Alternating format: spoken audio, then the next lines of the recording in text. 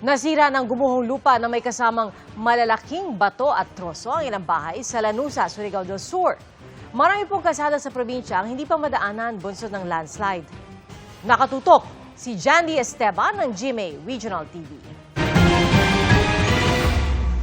Hirap nga talaga.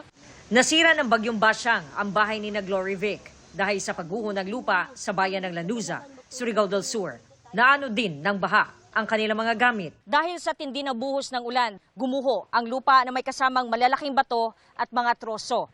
Hanggang sa dumausdos dito sa kabahayan.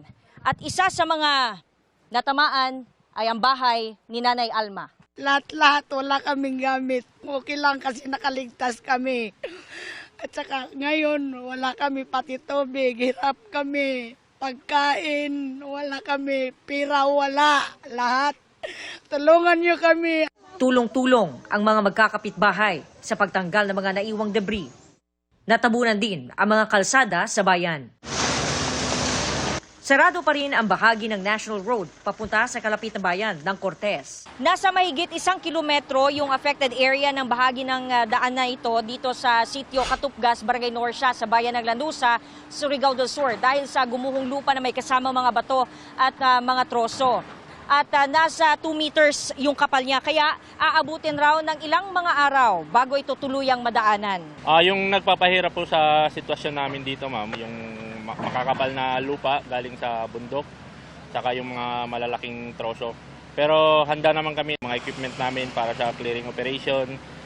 Ginagawa namin ng paraan lahat upang maabot namin yung kalapit na lugar. Kaya ang ilang stranded, gumastos na lang upang makasakay ng pump boat para makatawid. Kana kami nagpambot. Pili bayad, mahal-mahal. 200. Bumara rin ang mga malalaking troso sa mga tulay. Nasira rin ang ilang dike. Para sa GMA Regional TV at GMA Integrated News, Jandy Esteban. Nakatutok, 24 oras.